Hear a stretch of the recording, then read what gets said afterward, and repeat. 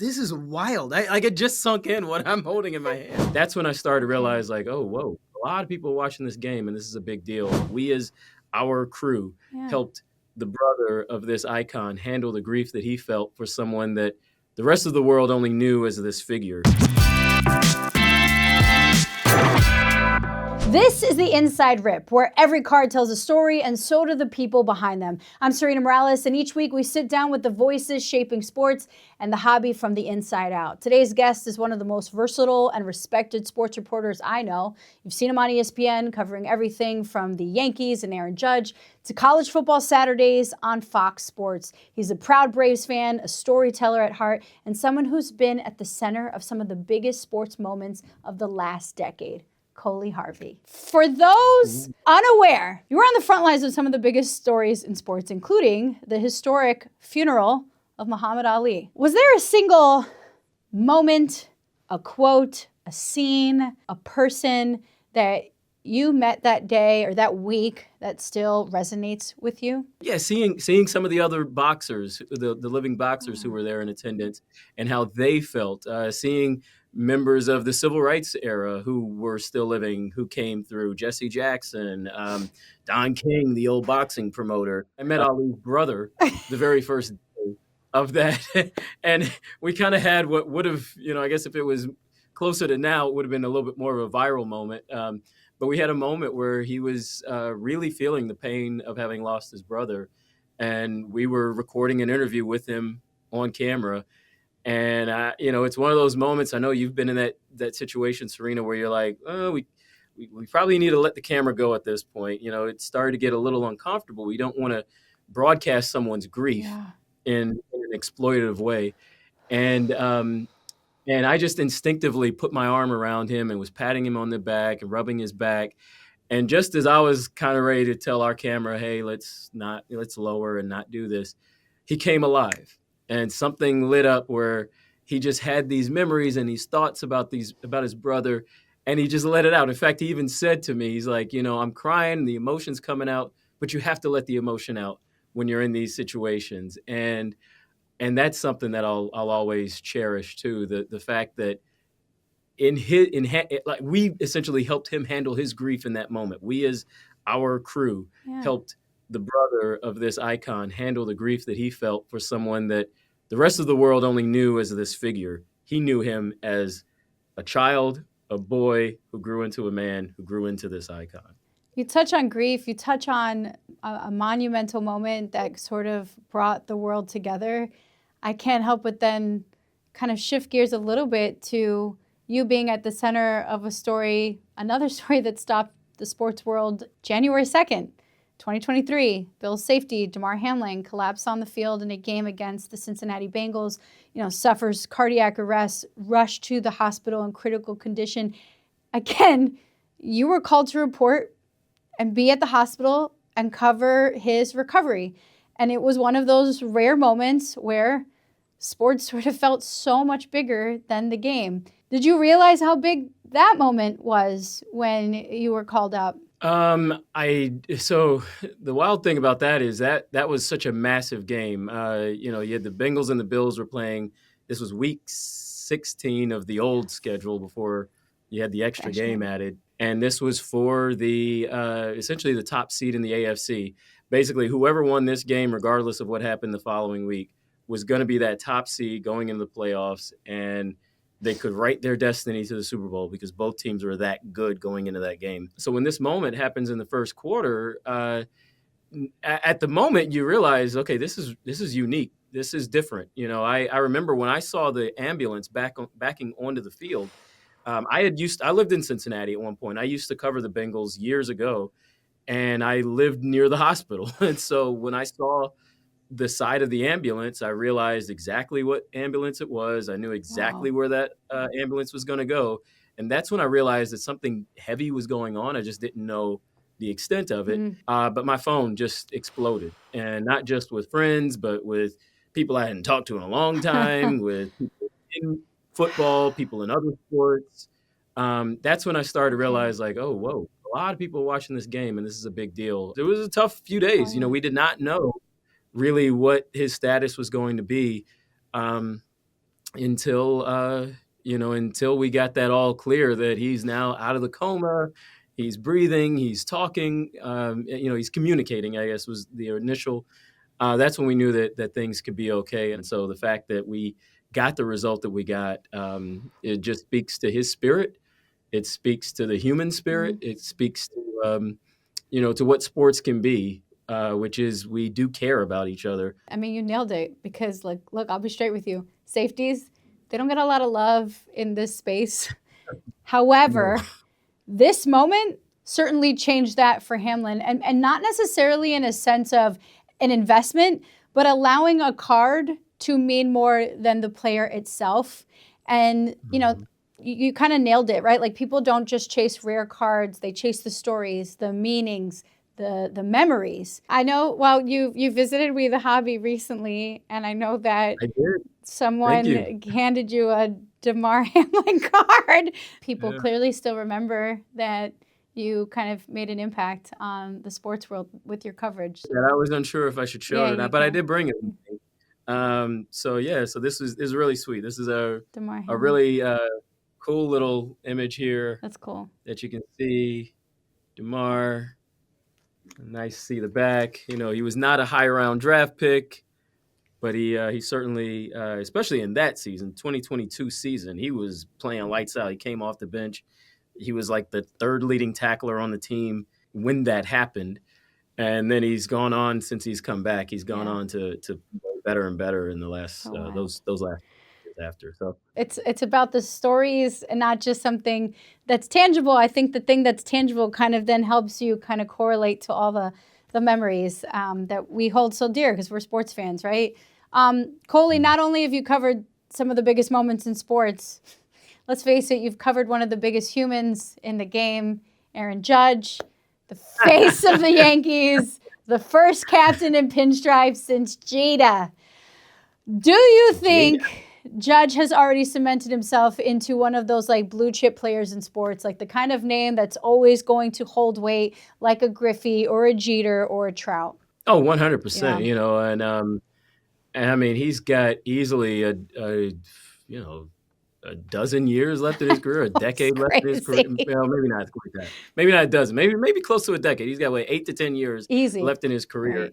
and he's already on pace to shatter some all-time career marks. Yeah. He certainly is on pace to be in the conversation for one of the top 5 home run hitters of all time. And he's only getting better. When I covered that team, that was 2018, 2019. And even a little bit 2017. I was around the team some. I wasn't covering them full time then, but I was around them a little bit. And that was his rookie year, of course. To see the growth, he was already an amazing talent, a really good player. I remember watching him at Fresno State, more so watching, back in the days when they would show the College World Series home run derby. I remember the year that he was at Fresno State and he was part of that College World Series home run derby, and being like, "Who is this guy? He's kind of big. Yeah. He can hit long ball."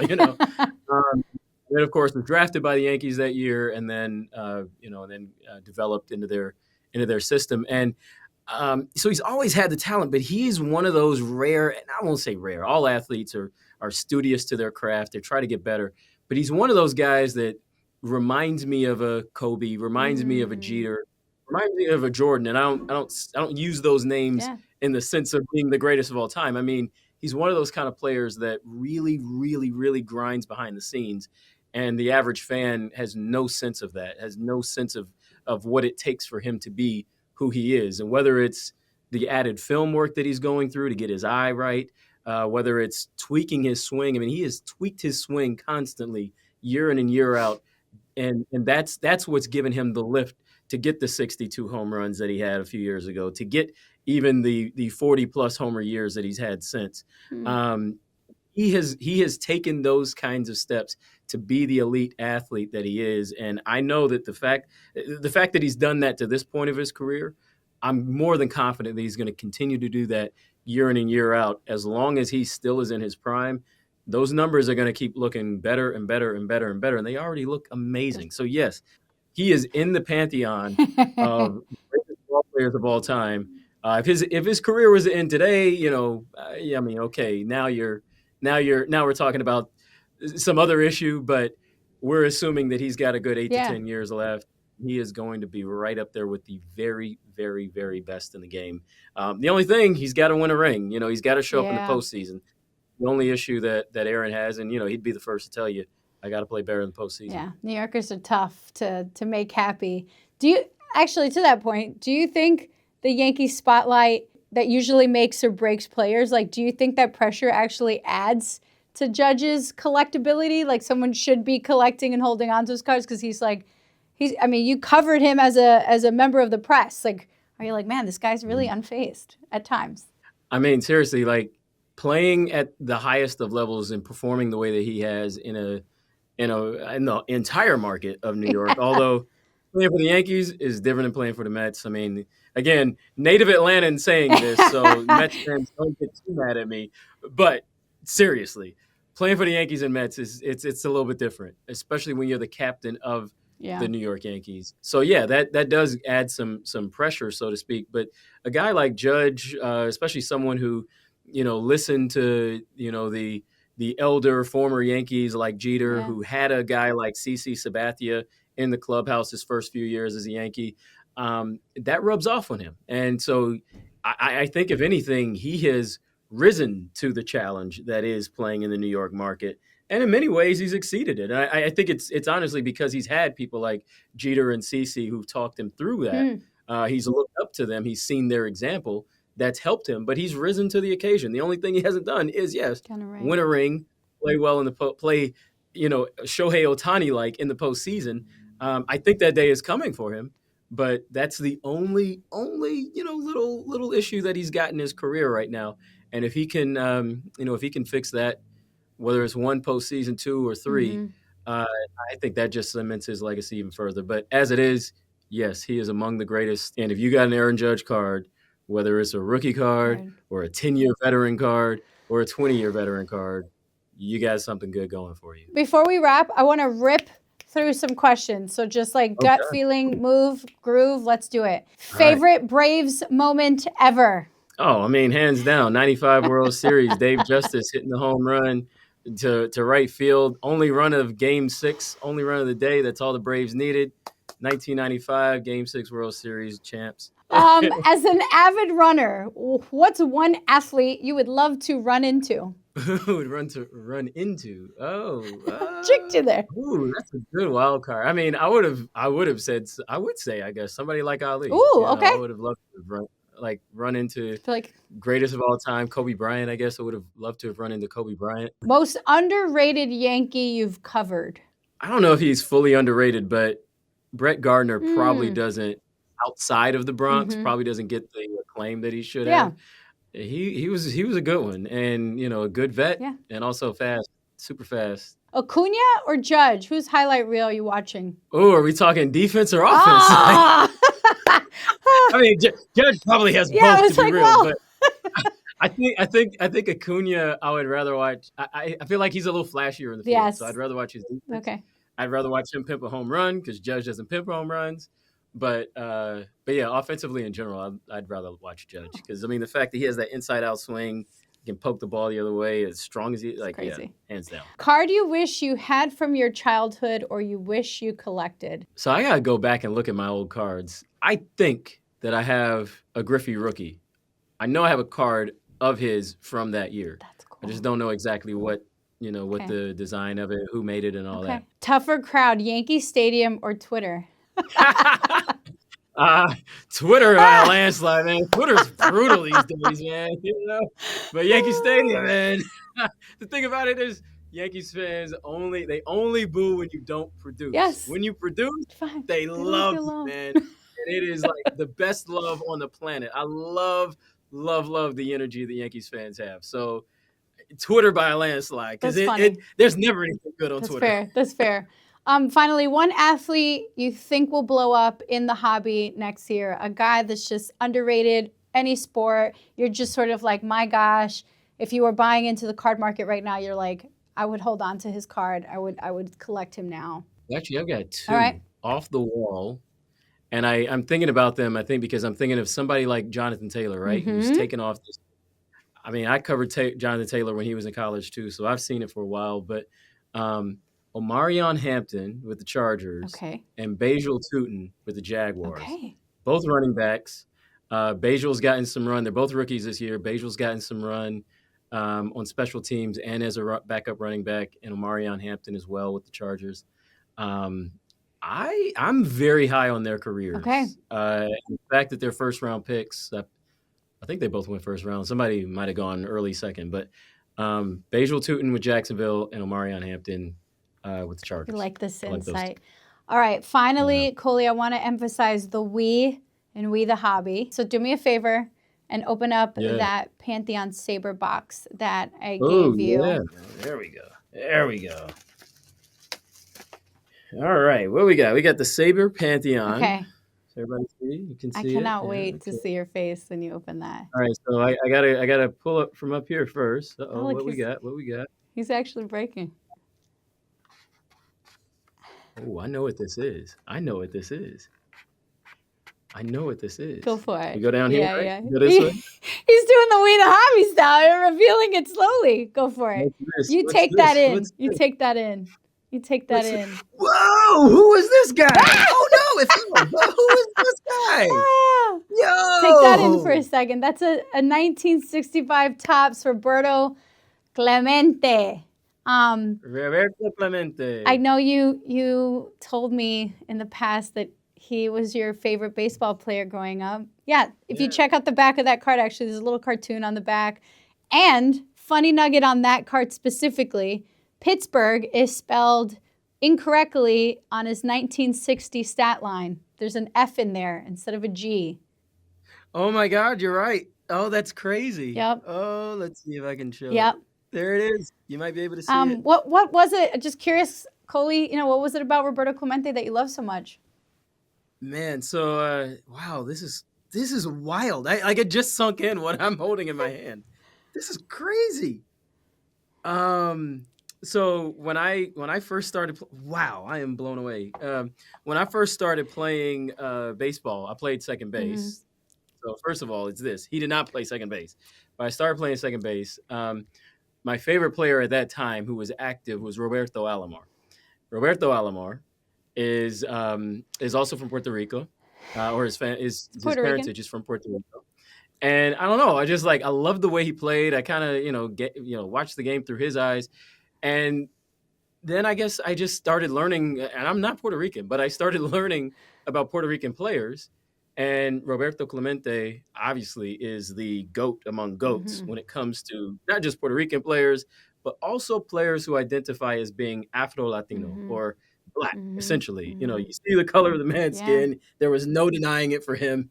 He was going to be considered a Black man when he lived in a city like Pittsburgh. And the fact that he stood on that in the 1950s, he's regarded as, although there were Latin players who had played in the major leagues, in previous decades, they just weren't quite recognized that way. He is sort of seen as the first official Latin player in Major League Baseball, right? I don't know. I just started learning about him as a kid and was like, I like that guy because he stands on business. He faced his share of racism, being a darker skinned man coming into the major leagues in the mid 50s, and he recognized that, and he didn't shy away from that. And the biggest part of the reason why I think I fell in love with who he was he was such a humanitarian that unfortunately he lost his life on the way to help earthquake victims in Nicaragua. The plane unfortunately was too weighed down; it was too heavy.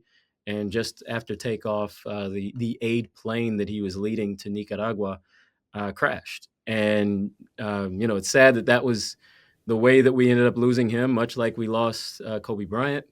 But it spoke volumes to who he was in terms of the humanitarian that he was, the way that he cared about other people. And he constantly was trying to make sure that not just baseball people understood that, but that the world did. What is so special about the hobby, Coley, is like these cards, you're getting so much more out of a card where it just looks like a basic picture with a stat line. But yeah, the history that is hope being held in place on that card is what makes the hobby so wild of a place. All the stories that come out of one image is very telling. Coley, enjoy that card. The hobby is for everyone, and we are so glad that you are a part of it now. Thank you. Thank you guys so much for this. I'm like super touched. Thank you.